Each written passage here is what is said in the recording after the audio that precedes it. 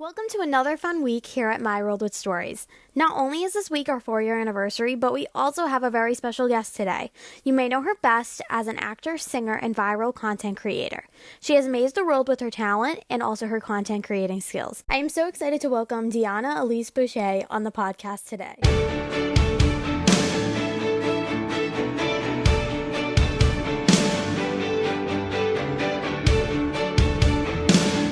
Hey, Thanks for doing this with me. of course. I'm so excited to have you on the podcast today. My first question is, how did you get started into theater? How does a New Jersey girl get involved into theater?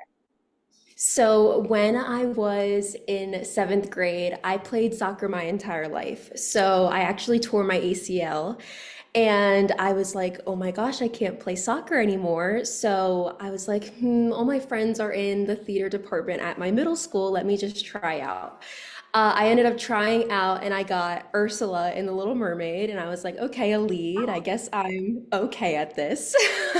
And then I started doing the summer camps in my hometown, and I started getting leads there as well. And I just enjoyed it, like the friendships I was making, all the training I was getting from those kind of summer camps.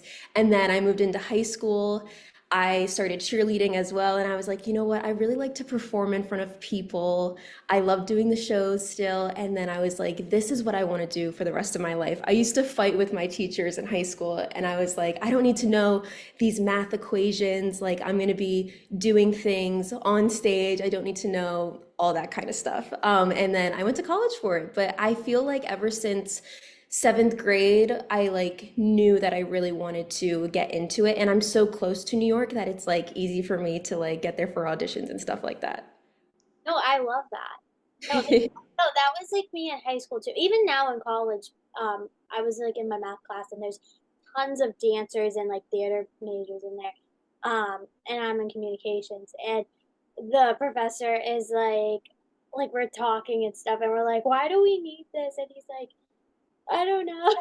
So Yeah, and what's so funny is my math teacher, his daughter actually now is in theater, and he always messages me on Facebook and is like, "Oh yeah, my daughter is doing this kind of show." And I was like, "Well, she might not need math either because I still haven't used what I was learning for graphs." So, exactly. No, they need to teach the math that we actually need to. yes, like finances and stuff like that. Absolutely. Like my whole senior year, I had a class dedicated to that, and not every student was able to take the class, and I felt really lucky. Yeah, I was so bad at math. And that's why I would fight too, because I was like, I just want to go to drama club practice and like that's what I want my school to be. But obviously I needed to take my gen eds. Oh yeah. So you graduated from the American Musical and Dramatic Academy, earning a degree in musical theater. What was your college time like? What did you take away from that whole experience? So I started college in October of 2019. And then we know during March the pandemic happened. So I only had one full semester at AMDA to like experience what it was like prior to the pandemic. And it was very strict. Like I would wake up at 6 a.m., do a full face of makeup, go to, I think it was like 12 hours of dance a week on top of like if you wanted to go to a review, it would be like from 8 p.m. to 10 p.m. And then like some nights I wouldn't get home till like 10 p.m. So it was very strict, but I loved it because every single day I had acting, musical theater, voice production and speech, a dance class. And I'm not a dancer, so when I had dance class, I loved it because I was exposing myself to that kind of, teaching. But then during COVID, it was a little different because we had these Zoom classes, so it was harder for me to stay focused. But then I also took away doing Zoom auditions, self-tape setup, that kind of stuff, which is very prevalent in the world of auditioning today. So I think that that really helped me, and it was kind of like a blessing in disguise. And then my third semester was back in person, but we had the masks. So I learned that kind of stamina, singing with a mask and dancing with a mask, which is really, really, really hard. And then my fourth semester, I still got a showcase, but I didn't have agents at my showcase or, managers or anything like that, which was a little sad and upsetting. But it really taught me, how to work under these conditions. And, now I get to like live to tell the story. But I think that like overall, my time at AMDA was awesome. I've learned so much and I keep in contact with a lot of my teachers. They're still, in the Broadway world today. And yeah, I'm really thankful that I went there. No, when COVID hit, I was a freshman in high school. So like I could totally like understand like that first year like experience. Like you just wanted to be everything and then they're like, Yes. Especially living in New York, I was, going out with my friends on the weekends when we had the time to, and then all of a sudden it was like, what do you mean I can't go out to like this restaurant, like after school? Like I can't hang out with my friends, I can't see them. Because even for AMDA, your third and fourth semester, you could only be with your cohort, they would call it, which is like your class. So you could only really see the same 12 people, which sucked because before that I was, hanging out with everyone at AMDA. So yeah. did did you perform at college? Was there a show that you did? So at AMDA, there's no show unless you do the 4 years. You get a show when you go to the LA campus, I believe. But for me, after my 2 years were up, I was like, okay, if I don't book anything, I'll go to the LA campus and, finish out my degree. But I ended up booking like 3 shows in a row. And I was like, oh, I guess what I'm learning in college is working. Like I'm booking jobs. So I was like, okay, I'm not going to go back to school. And then, ever since now, like I've been working. So not constantly, but enough to the point where I don't feel like I need to go back to school in order to do those kinds of shows. Yeah. Fast forwards to after college, you got your actor's equity card. So, Yeah. like, actually have never asked an actor this before, but what was like that moment like getting that card? Because that is like a really like important thing to me, especially in New York. Yeah, it was scary. I mean, when did I get it? I got it October, I want to say, of 2023. So I was 22 years old. I'm now 24, and I'm like, I still feel like a baby in this industry, but like, back then I was extremely a baby. But for me, right out of college, I got my EMC card. And I was very fortunate for that because then, when I go to EPAs, I can use it and get ahead in line a little bit. But really, after I did Rock of Ages and I led a production at an equity theater, I was like, okay, I think I'm ready. I was really only going to auditions that were equity. So I was like, okay, if I am putting myself in this position where I'm auditioning up against equity people, I think I'm deserving enough to be in equity. So yeah, I love it. It's the best decision I've ever made because also like I know I want to be paid a certain amount. I know I want the healthcare benefits. And I also just want to be like a part of the union. I'm with now people that I idolize, which is kind of cool because I don't really think of them as my idols anymore. I think of them as like my potential coworkers. Yeah, which is crazy. Even like seeing a show too, it's like, oh, she could be my coworker one day, which is really cool, even though I still idolize them. But yeah, it's really nice, especially commuting into the city, knowing I'm going to be seen. That was like another big reason. And I knew that it was going to be a while since I like was going to work once I got my card, because normally it's like 9 months typically that an actor doesn't work. For me, it was actually a year and 6 months, which was really long time. But it ended up working out. I ended up getting a job and just being paid like what I feel is necessary to pay an actor is awesome to receive. And just making sure that they take care of you is really awesome. So I was looking at some shows that you've done at some well-known theaters, like the Walnut Street Theater, Media Theater, and loads more. So like you got to play Lauren in Kinky Boots, Dorothy in The Wizard of Oz, Hope and Anything Goes. They're all amazing roles. Like, what has been like your favorite role like thus far that you? Ooh, great question. I would say my favorite role I've ever played, I have two. Is that okay? Oh, that's totally fine. All right, one was really surprising. So it was Sherry in Rock of Ages is my first one because I went in, I had no idea what Rock of Ages was about, not a clue. And I sang Heart in My Heart. I sang the first verse because I was like, oh, the second part's too hard. But like, what was I thinking? Like, I had to sing the whole song if I got the part. But singing rock music changed my voice like so much. Like I can't even comprehend how much it changed my voice. But just the show itself was so fun playing. Sherry becomes a stripper. Like I've never had to do anything like that on stage. And I was like, what do you mean I have to like just have my bra on stage? Like, it was just so freeing and so fun and just like so camp in a way. So I really loved playing Sherry. And then my second one is when I played Dorothy. That was my dream role ever since I was a kid. I used to collect the Barbie dolls of the Wizard of Oz. I had like a whole collection in my bedroom, and that was my first lead out of college, which was really special. And like my whole entire family saw me as Dorothy. I had to have like a real dog that was awesome, and just like singing Somewhere Over the Rainbow like really resonated with me because I felt like I was a kid again, which is really cool. And my cast was wonderful too. We did. I have a post up there. It says Wizard of Oz. Uh, Yes.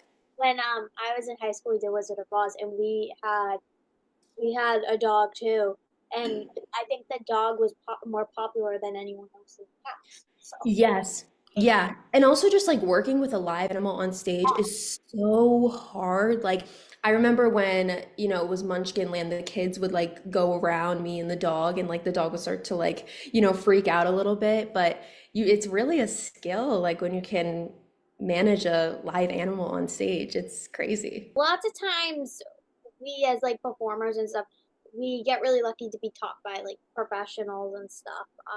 I pinch myself every day because I get to talk to some amazing people.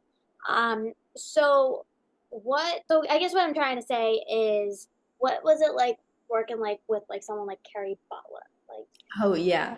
So actually, it was my dad's idea to reach out to her in 2020 because he was like, look, people need to work. And I'm sure Carrie might be taking, one-on-one lessons. So I was like, you know what? You're right. And every time I tagged her in post, she would like it or comment. So I was like, I know she'll answer. So I reached out to her and asked her if she was taking one-on-one lessons. She said yes. And I went on Zoom with her, and it was really surreal at first because I was like, am I talking to Carrie Butler right now? Like the girl that I have idolized forever.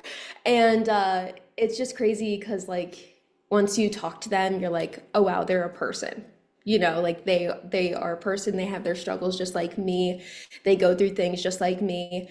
And then fast forward now 4 years, 5 years, she has become someone who I continue to work with. And I actually help manage her social media.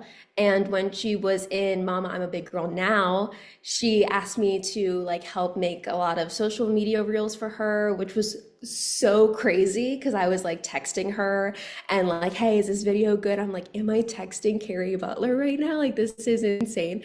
And then I actually got to go and meet Marissa and Laura as well in the show too, which is really cool. And I got invited to their show for free from Carrie, which was really cool. Yeah. So it's like reaching out through DM like is really surprising, like because that's what you did with me too, which is awesome. And now we have this connection. Like it's so crazy, like what social media can do. And you're right, like I pinch myself every time I get to talk to her because she really is someone in this industry that I look up to and want to have like the same career path as. I could totally agree with that because in the pandemic as well, I took a master class, a few with Beth Level, and it's just like, oh my God, like we watch these people on stage and we strive to be them, and then once we meet them, we're like, oh my God, they're so normal, they're so nice.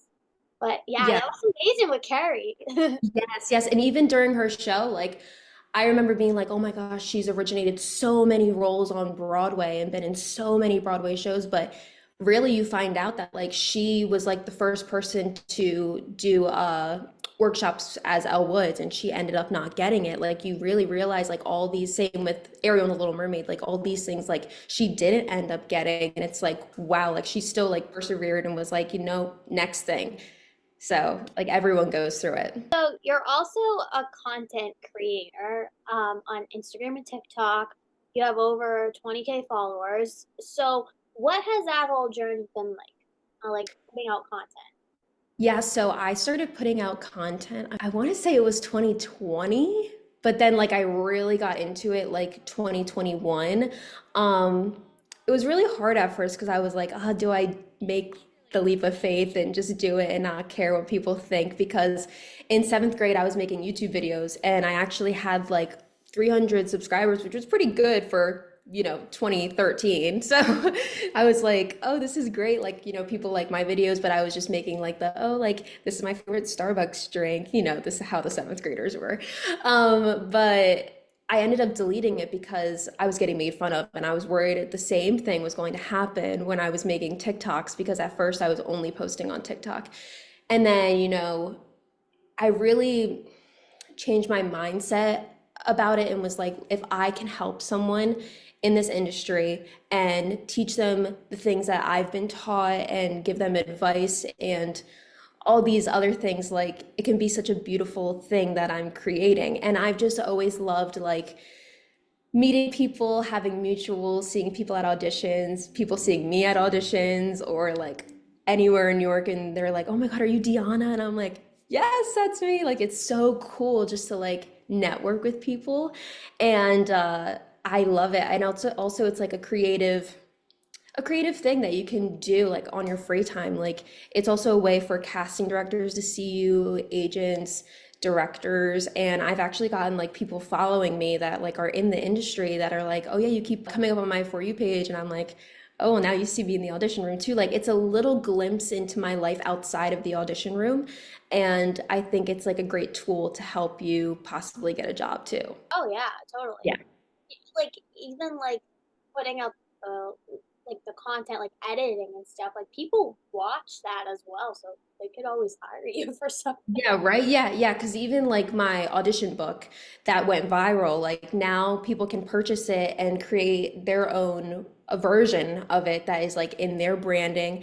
And I've actually gotten people reach out to me and be like, "Hey, can you like make my resume for me?" I don't do that service, but like I was like, "Look, I'll put out more things and more tools for you to like help build your brand so that like everything is the same."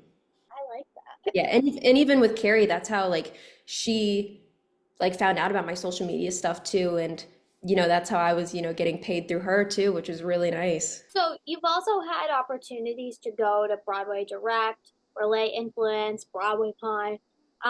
You share your insights of the business, like you do on social media. What is the audition process like? The Like what? typical audition process. Yeah, 'cause, people ask you that. I'm assuming. Or Oh like, yeah.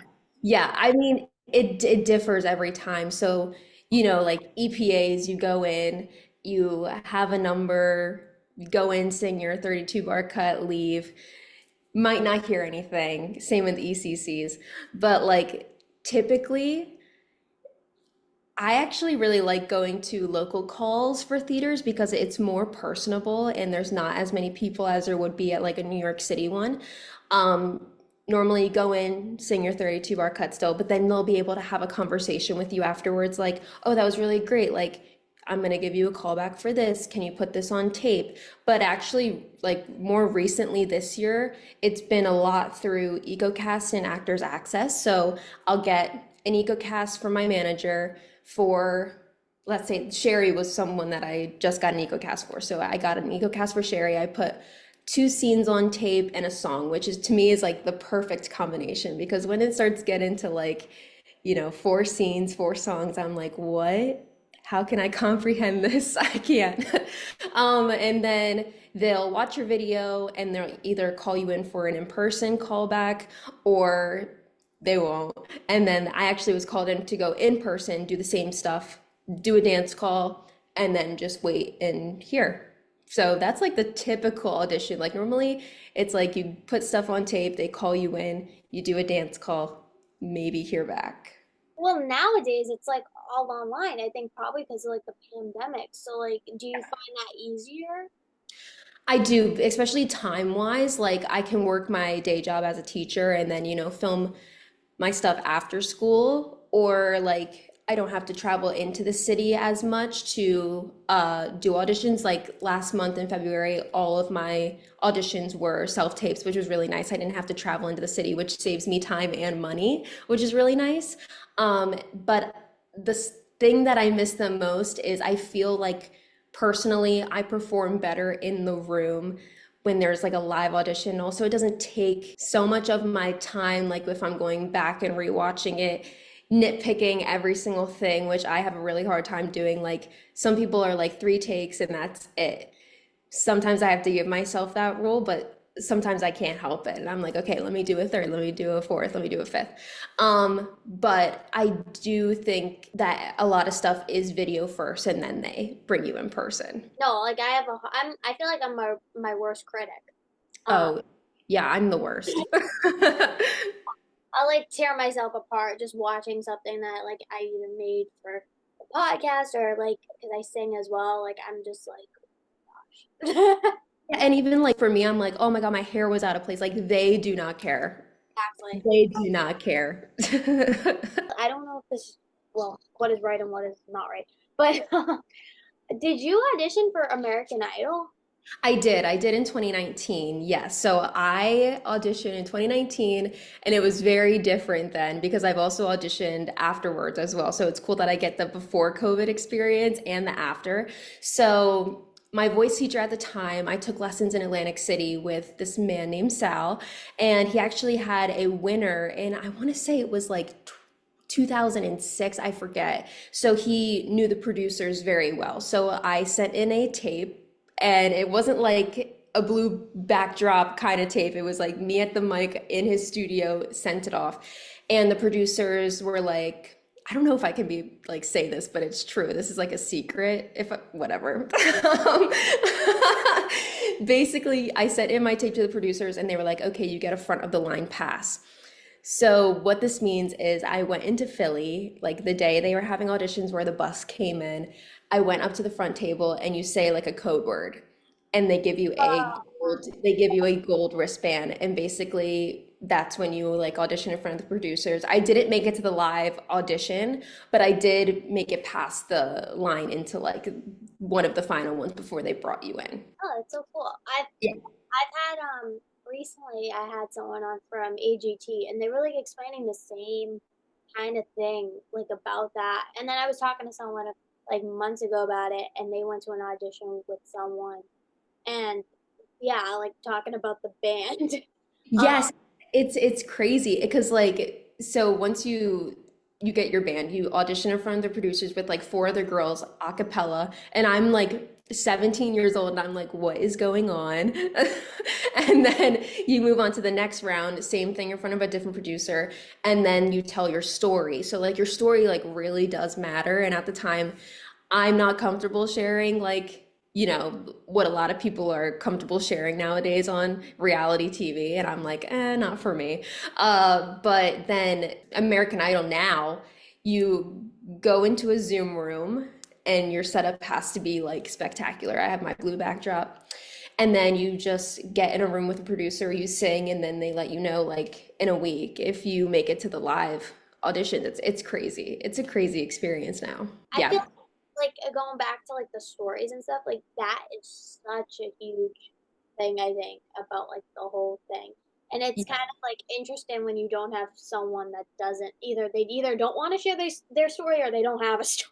Yeah, right. And also, like, for me, I think at 17, like, America's Got Talent and American Idol were so prevalent growing up. I think, like, now for me, that's not like a dream of mine. Like, I really don't like singing pop rock stuff. And, like, I love musical theater, but I know, like, a lot of things, like, six auditions, they really like to see that you've, like, auditioned for American Idol because of, like, the pop background.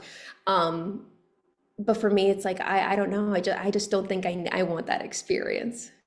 Yeah, I can understand. Like people always ask me to because I do singing stuff, and they're like, "Why don't you audition or why don't you do that?" And I'm like, "That's kind of not in my wheelhouse like right now." Yeah, also you don't know how they're gonna edit things. Like that's what I'm like. I am not trying to be edited in a certain light. Like, no thanks.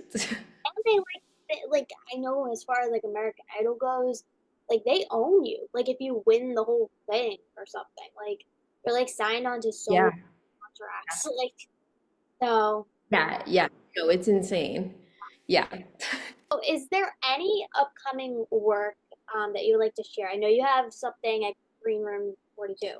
Yes, I am doing International Women's Day celebrating female voices with Meg's Voice Studio. She is my voice teacher and my boss. I'm also her assistant at the voice studio. It's going to be a night full of just like celebrating female voices. I'm singing I Am Woman with two other women, and we had our first rehearsal yesterday, which was really awesome. It's next Saturday at 9:30. This is my second cabaret I'm doing. I love doing cabarets, like one night only things. They're really fun. And it's just going to be a great time. Like, I think it's really important to share female stories because they can be dimmed a lot. And I think that they need to be lightened and, shed light on. So, yeah, it's going to be really fun. So, with that being said, as we're nearing the end, do you have any advice that you would like to share for like people that would like to do what you do? Yeah, so I always say, and I know it's cliche, but be yourself always, whether it's in the audition room, online, with your friends, always be yourself because truly no one is like you. And even if people are auditioning with the same song as you, no one's going to perform it like you. Same with a role, no one's going to do it like you. You can't copy someone else because people will know. And just it's just always awesome and intriguing to truly be yourself because that's what, casting directors want to see. That's what agents, directors want to see. They want to see you and they don't want to see a carbon copy of someone else. Where could people follow you to stay up to date? So they can follow me on TikTok and Instagram at Deanna Elise Beaucher. I'll spell it out because it's a long name. It's DeannaElise Beaucher. Thank you so much for coming on today. I really appreciate Thank you. I had so much fun. This is so much fun to me. this. That's why I love it. Good luck with everything that's coming next, and good luck with your show. Thank you so much. Thank you. Thank you so much for listening and watching to My World with Stories podcast. Be sure to subscribe on Spotify, YouTube, and Apple Podcasts. To stay up to date, you can follow My World with Stories podcast on both Facebook and Instagram at My World with Stories podcast.